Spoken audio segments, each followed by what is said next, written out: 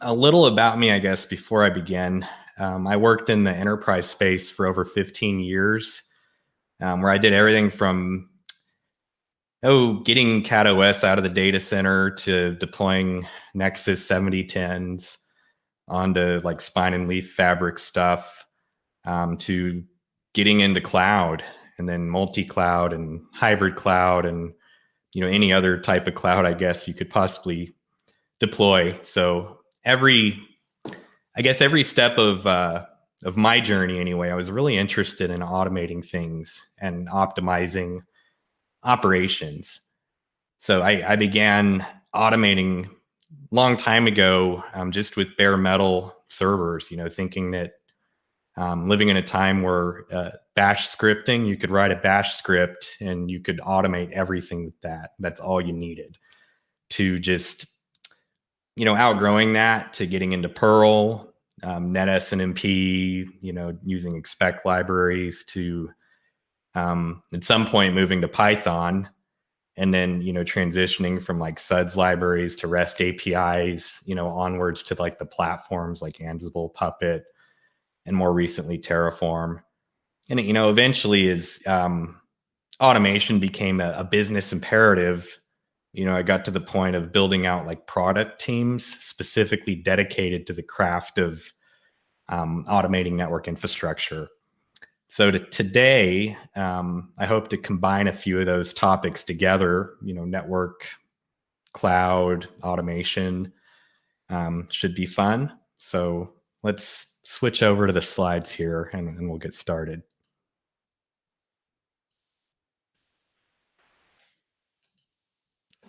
So this is driving agile networks in the cloud era.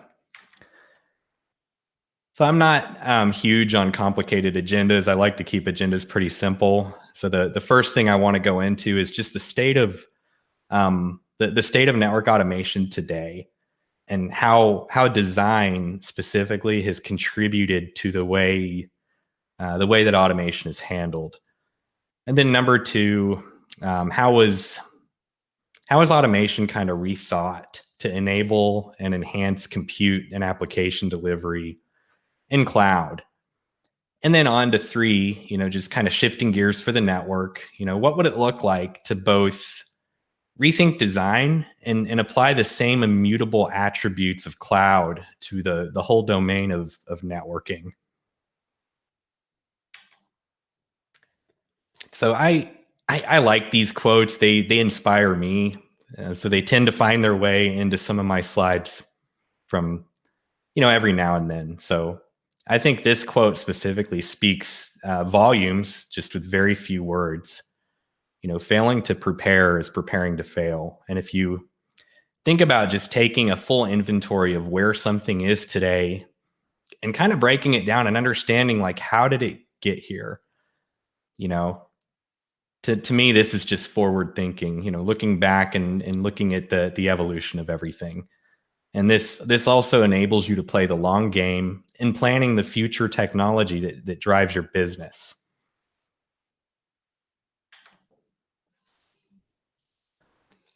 So let's frame out the discussion a little bit. I know, networking is just a broad topic, and we want to make sure that we're on the same foundation. We're starting in the same place. What do I mean when I say networking? So, what does networking do? It connects people, places, and devices. Many networks today use a combination of MPLS, SD-WAN, VPNs, Internet, IPsec. For clouds, you can connect with various direct connect options.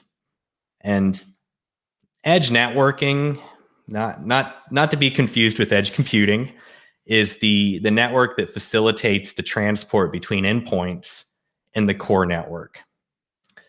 And the core, or backbone, I guess, is going to interconnect all the different networks making up a business.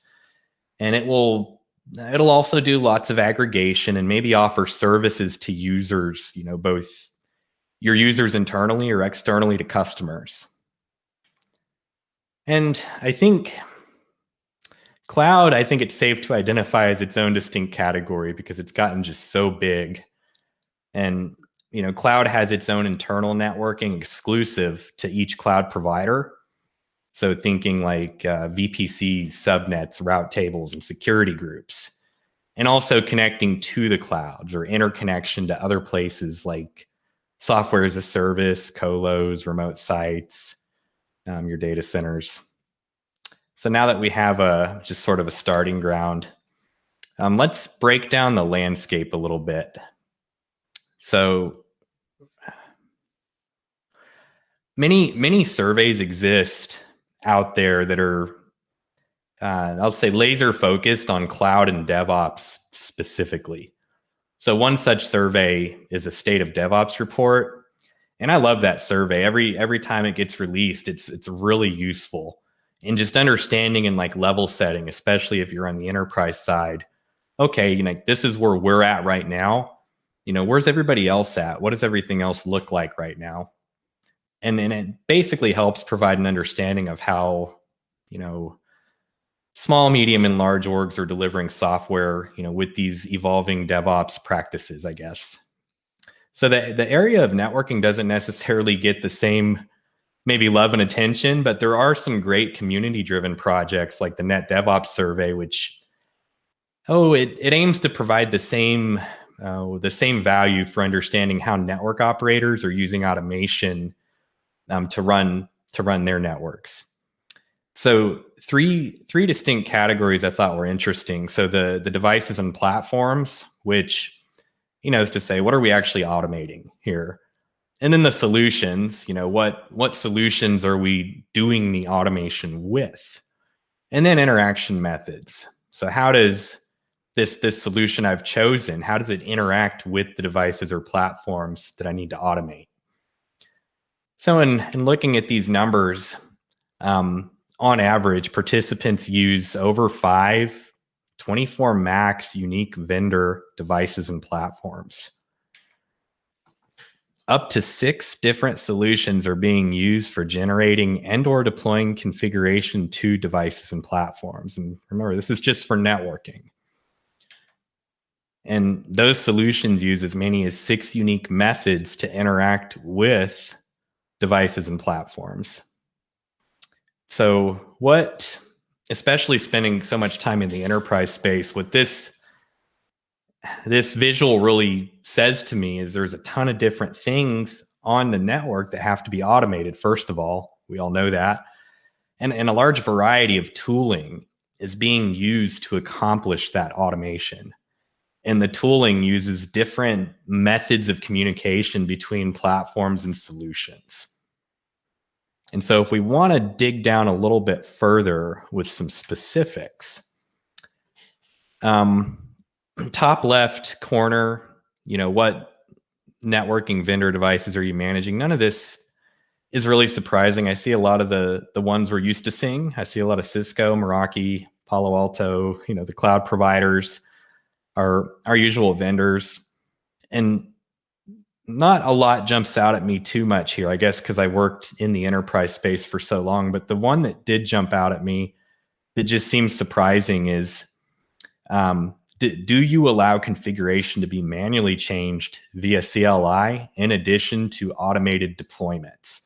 With 80+% answering yes.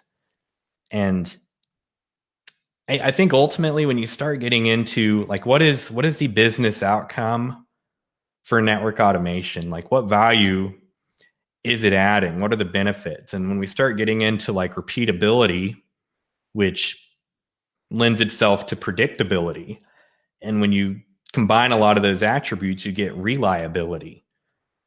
So with with configuration or environmental drift, this can be a problem over time. And when we think about, I would always say this, if Tesla can build self-driving cars, that are almost fully autonomous, do you think they're going in and making manual ad hoc changes to their network in order to do this? Of course not. And I know we're not all Tesla, but we have to have that North Star that we're aiming for, though, as well. So attributes of automation today. Um, I have a 5-year-old, and he likes to ask why. He asks why all the time. He can answer anything that I tell him with why, and he's legitimately curious. He really wants to know, and I think he probably inspired this slide. So let's examine the why aspect that underpins today's networks and leads to so much inconsistency in how we manage them. So we have tight coupling. So when a component has tight dependencies with other components, the failure domain increases exponentially. So how many listening have ever been in a situation where a single change of some sort, maybe a single change to routing, took down the whole network? That might be a little bit of an exaggeration, but I've been there. I think we've all been there. And this ultimately leads to less changes, less trust in the network, and having a higher scrutiny over those changes. Meaning, with the impact of slower and less consistent delivery, which is not a good thing. And mutable infrastructure. So simply put, you're automating something that's already been deployed, also called, you might see this referred to as runtime automation. So I have stuff that is deployed, whether computer network, and I'm using some tool to go in and change the configuration of those devices while they're in operation. Next, vertically scaled. And you probably may refer to this or see this referred to as scaling up as well. So this puts all the focus on a single node. So take a router, or no, let's pick on firewalls. Take a firewall, for instance. So eventually you probably needed additional inspected throughput.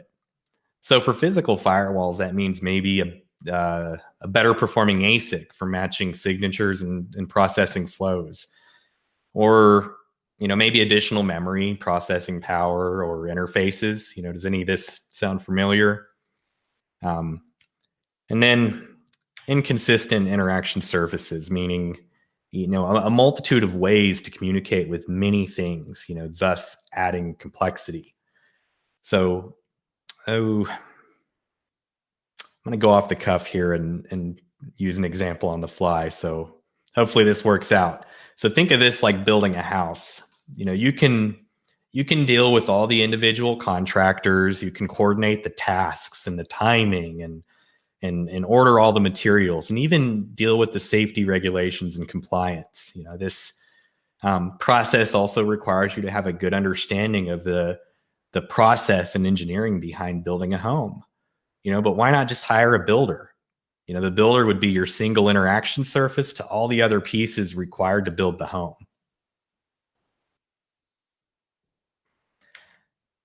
So now let's take a look at the network evolution, just sort of pre-cloud. This is pretty generalized. I built this based on my experience across many large businesses. So I think this has been generally most the experience of many network practitioners, I'll say. So many businesses started out with the data center. This is where everything happened. This was the center of the universe. And as that network grew, as applications were deployed in the data center and it became more critical, so did the growth of the business, maybe, and that remote sites expanded. Lots of remote sites connecting back to the data center. And MPLS may be used to connect them. And that dependency on MPLS grows over time. So I would say that mostly, for the most part, all traffic in a very traditional, like older network design is going to be routed from these remote offices back through your centralized data centers. Completely centralized approach. And then as sort of the pendulum swings back to decentralized, not all the way, but it's starting to swing that way, you begin running into performance implications of doing this, extra latency, ultimately things that impair user experience, which is a no-go. So an MPLS is also maybe not super flexible or adaptable to new changes. And, maybe from a cost perspective, it can be pricey. So in comes SD-WAN to change up the status quo. And is an overlay, it can leverage many different transports underneath it, like broadband, MPLS, LTE.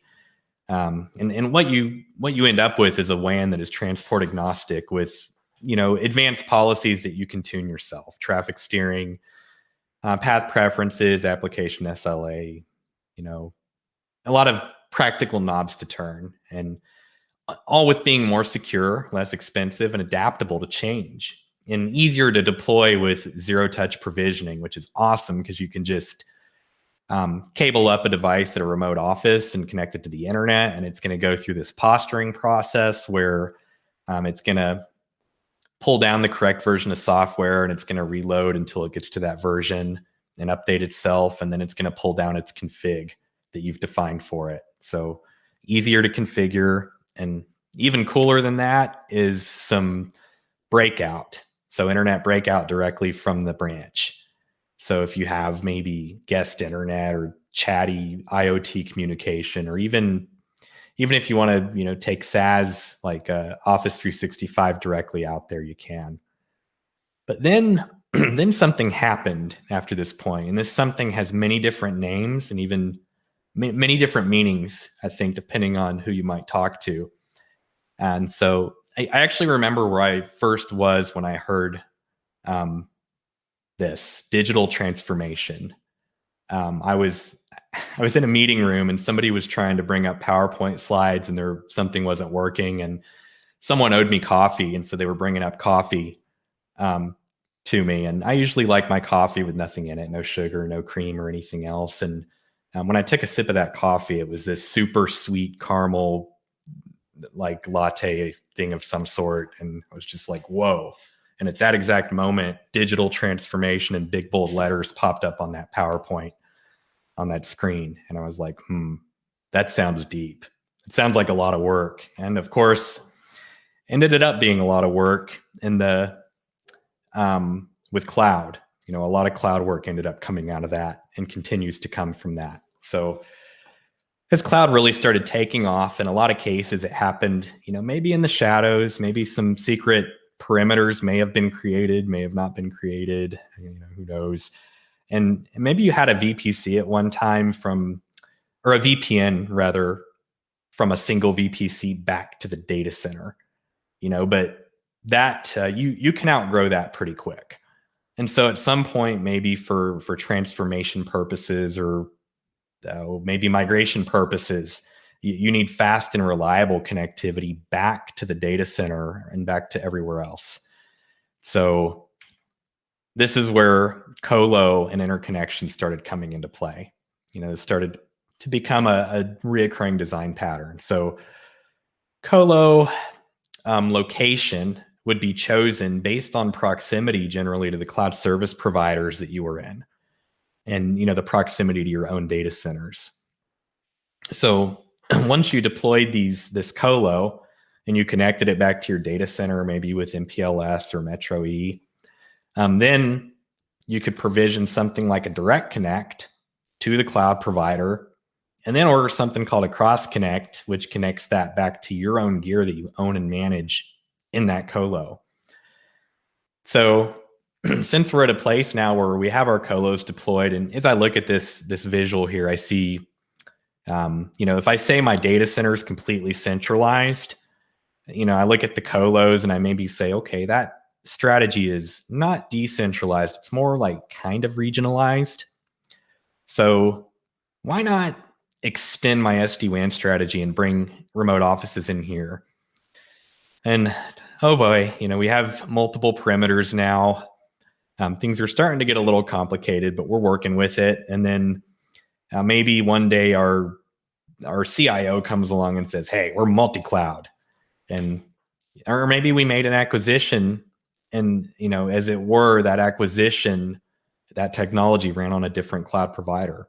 And so we became multi-cloud based on acquisition, which I think is a pretty standard scenario.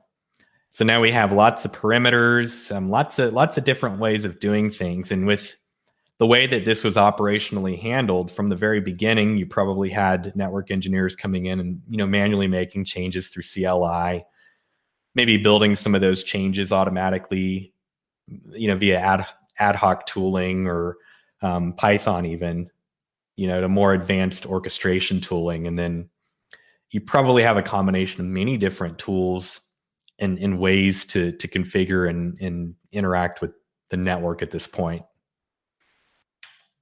So rethinking automation for cloud. Of course, another quote. This one from Gene Kim, author of the Phoenix and Unicorn Project, great books. But this probably resonates with many. And I think this kind of embodies the idea of DevOps, in that creating something, anything, and just dumping it over to operations can have long-lasting consequences on the back end and can be challenging to maintain over time. It's not the upfront capital that kills you. It's the operations and maintenance on the back end. Well said.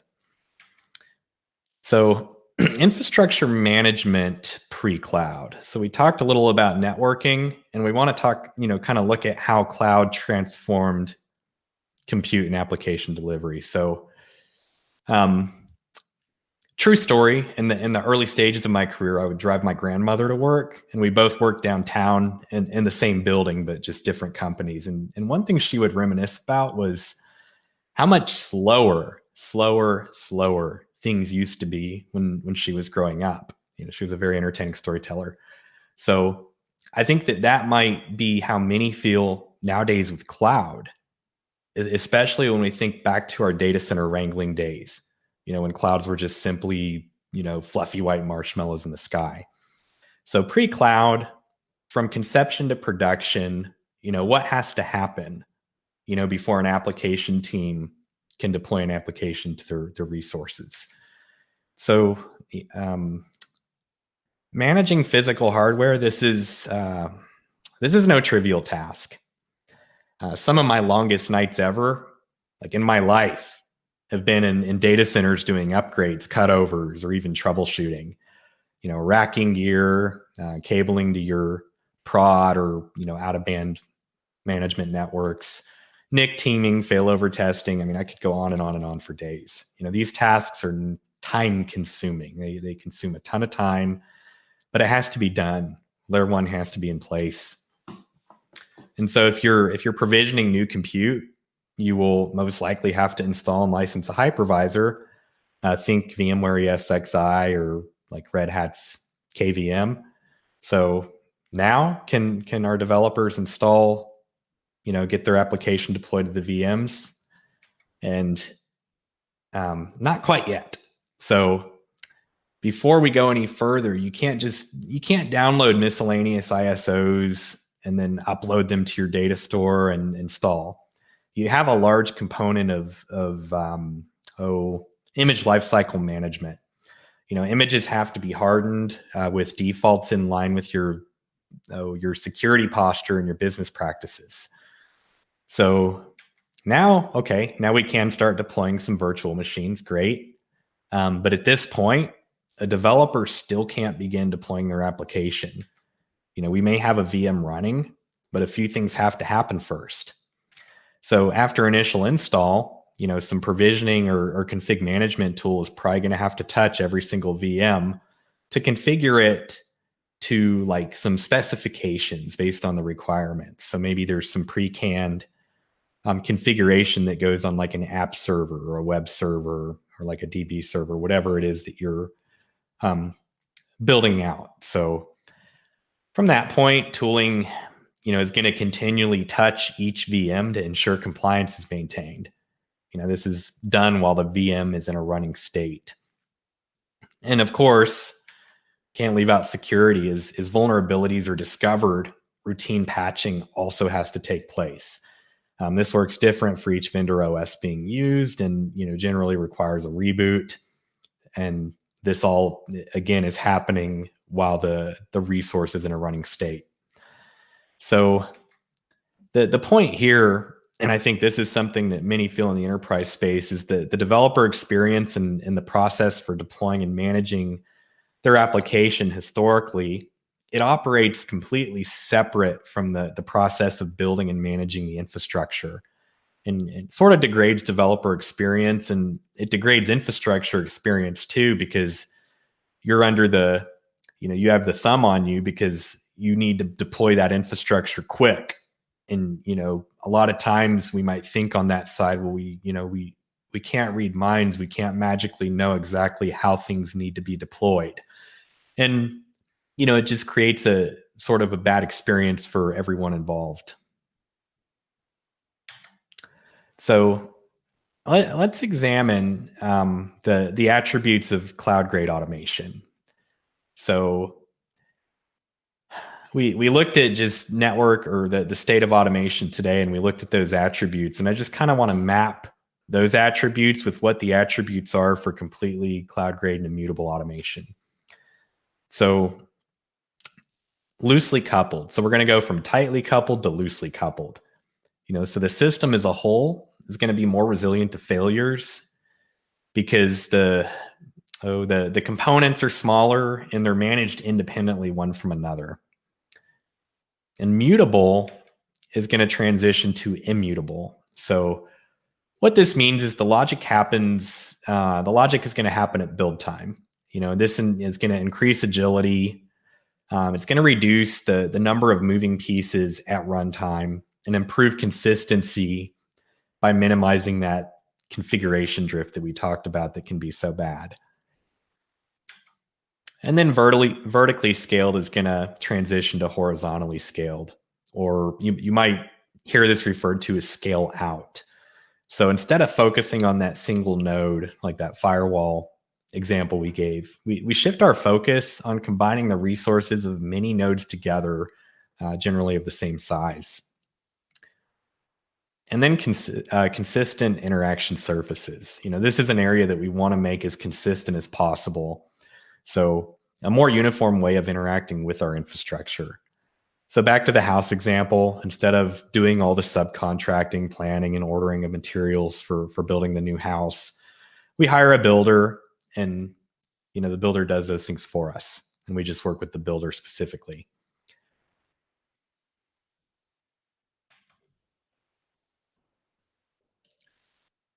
So going on to infrastructure management post-cloud. So how did cloud really change things up? Because if the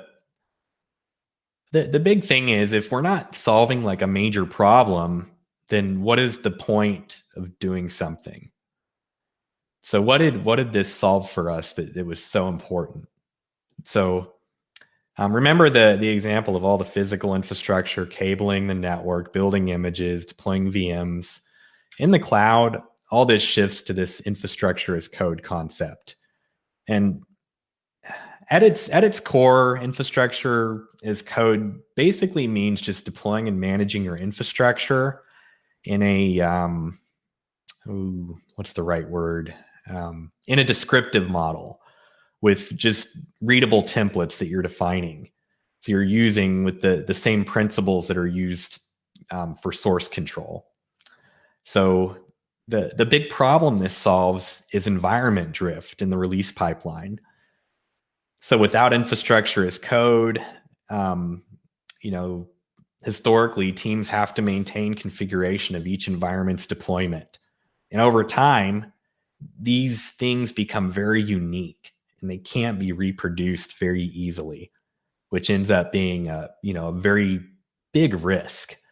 And manual intervention becomes business as usual. And we sort of talked about how that can be, it can be a bad thing. We want to avoid that as much as possible. So if this is the means, then version control and CI/CD are the vehicle for driving it.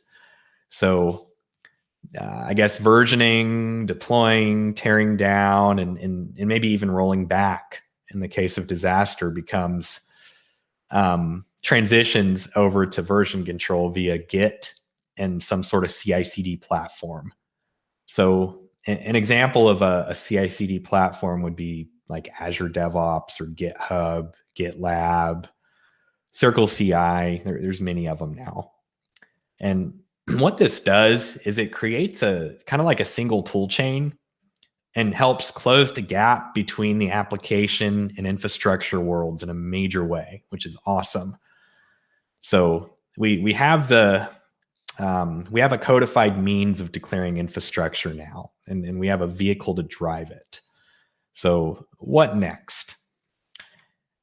And as we talked about moving logic to build, we're going to do configuration and everything prior to deployment. We're going to, like, all the configuration required to deploy a full environment, completely intact, that full environment that is necessary to support an application.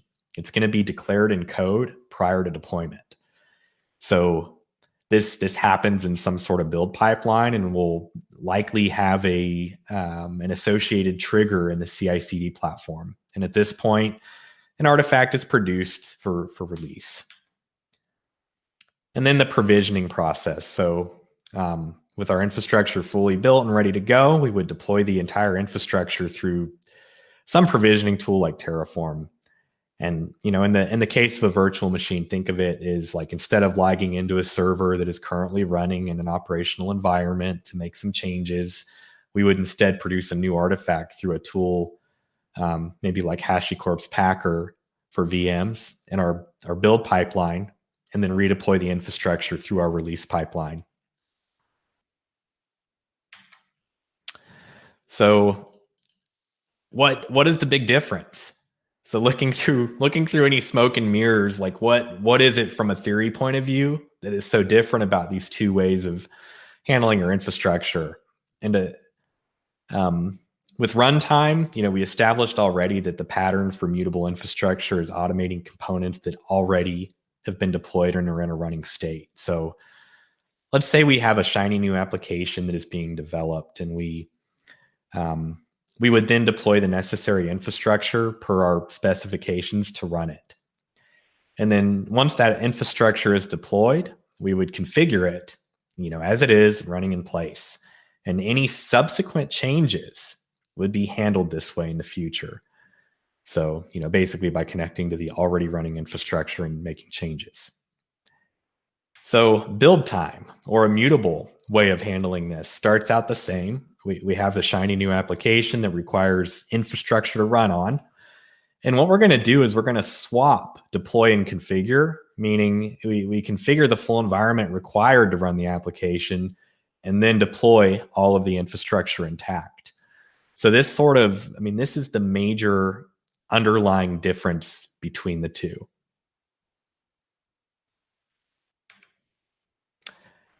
And driving with CI/CD, so you can have all the greatest tech in the world right at your disposal, right at your fingertips. Great performance and function, everything's good. But how do we have so many disparate teams that do different things, so many different domains of infrastructure. And historically, this has been, the infrastructure is handled through different tooling, different vendors, different processes, lots of variance. And this is where CI/CD fits in. So using version control with Git and your CI/CD practices, we can standardize that tool chain and delivery method for all of infrastructure, which is a huge win. So let's think back to the previous slide example of deploying that shiny new application. So before we just send it straight to prod, our developer, let's say, Rachel, my wife's name. So Rachel wants to thoroughly test and make sure the infrastructure and app integration meets customer expectations. So she makes several commits into source control, creates a pull request, and merges her changes into the develop branch, which automatically triggers a push to the corresponding environment. So bad luck on the first go around. We didn't meet all our requirements. So she has a few changes to make before we're ready for production. So she commits the additional changes and goes through the process again. This time, all the tests come back with a green light, successful, from the development environment. Time to go to prod. So Rachel then opens up a pull request to merge the changes from develop into prod. And through this whole process, our CI/CD platform is going to use CI triggers and release triggers, maybe based on like pull requests to automatically build and deploy our infrastructure. And, I see this and this, looking at this slide, it seems complicated, but this is the key to unlocking end-to-end automation, that transcends our individual pockets of technology, like app does it one way, compute does it another, network does it another, and security does it another. Well, that's, if you think about it in terms of, I have a CIO or a CTO looking down, and he or she maybe wants to think of, okay, I just want to know that my landscape or my application is automated. I don't want to know that one team has to do it one way that requires some SLA and something, some task from another team and another team and another team, and there's confusion. That's something that has to be mitigated at this point with where we are at with technology.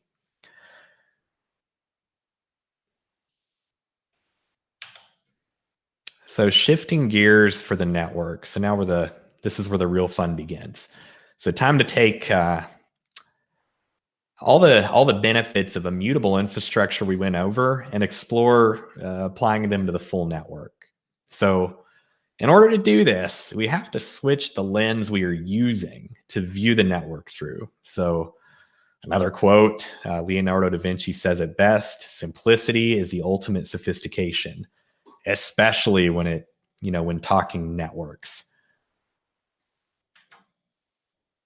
So before we get into a few of the nuts and bolts, let's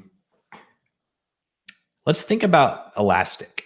So what do we know about it? How it influenced and transformed compute and refocused that transformation and the value on the network. So per Webster, Elastic means just capable of being easily stretched or expanded and resuming former shape.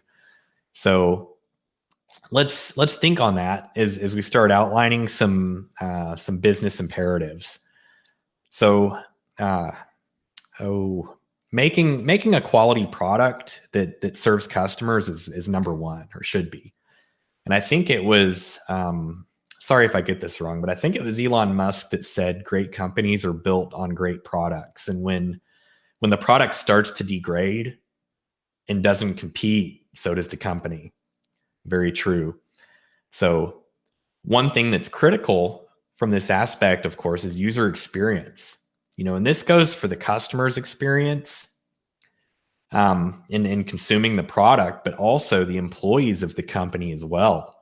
User experience goes both ways. And if your customer's experience is bad, they're going to go somewhere else. And if an employee's experience is bad, they look for, they're going to go elsewhere for work. So user experience is critical. And more distributed workforce. That went from being maybe a blip on the radar, maybe kind of important, to, post-COVID, or going into COVID rather, an absolute emergency situation for some companies. And as we approach post-COVID life, this is going to continue being a huge business imperative. And then, market changes, that's another big one. If your goal is serving your customer first, your products and services will be more meaningful. And as your customers evolve, so must your products, so must your services, and even your business practices. So how much how would networking in the future, I guess, support the rapidly changing business? And that's where the concept of elasticity comes in. So of course, performance is a must. If the network is slow, everything's slow. If the network isn't continuously available, it gets noticed. And if the network can't recover from a disaster, the whole business is impacted. In capacity, capacity is huge. It can make or break user experience, on the business side. So I would say that adequate capacity, must be available to meet customer demand at all times. And that capacity, it must have the ability to increase with additional demand on demand. So, and as that capacity increases, and once the demand subsides, so must the capacity. And being distributed, of course, coming back to the data center for everything in the future isn't going to cut it. Networking must be present in the proximity of your products and your customers. And then those additional abstraction layers. So while not an answer to every single problem out there, it can answer, it can provide great value and solve many, many problems. So just reducing the volume of physical hardware to be managed. This lends itself to more effective automation and consistency because more things switch to, virtual constructs, and you can change your lens for how both you view and design them and how you automate them. And even, adding enough abstraction to reduce the amount of engineering required from the enterprise perspective to just make packets flow from point A to point B. This also simplifies the design as a whole and makes it easier to standardize, around your automation. And, networking in the business, share a more critical link than ever. The network being a business enabler has a direct impact on business outcomes more than ever. So approaching network as a service. I guess what happens when you take the idea of elasticity and combine it with all the previously mentioned design attributes that underpin the automation we talked about. So much like we reimagined compute and application delivery, let's start with a clean slate. We have our existing data centers we want to connect, along with maybe some regionalized colos. And given the impact of COVID, we have a distributed workforce. We need, on-demand remote access, on-demand internet that scales as consumption increases and decreases. And when it's safe to come to work again, we also want to interconnect those remote offices with the existing infrastructure. And we also want to connect our cloud. So let's connect our AWS environments. And of course, if multi-cloud becomes a requirement, we want to be able to connect multiple clouds to the fabric with packets flowing in minutes. So let's say that, with the growth of our business, we branch out to international markets. We want to be able to connect those offices. And of course, we want our applications that are running in cloud to be in regions closest to the customers we're serving. So what you see here is just kind of a new way to deliver and manage networking in general. And this is precisely what we're doing with Alkira today as a business enabler. And not just thinking about the new and best and shiny, thing to move to, but going back and meeting customers where they are at today and providing a simple path to navigate to where they need to go.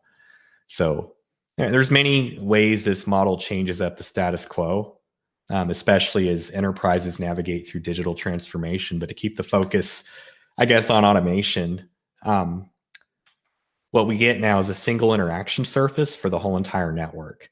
So back to that builder analogy, just like having a single Terraform provider for all of AWS's infrastructure, I can now harness the power of infrastructure as code for the entire network through a single Terraform provider.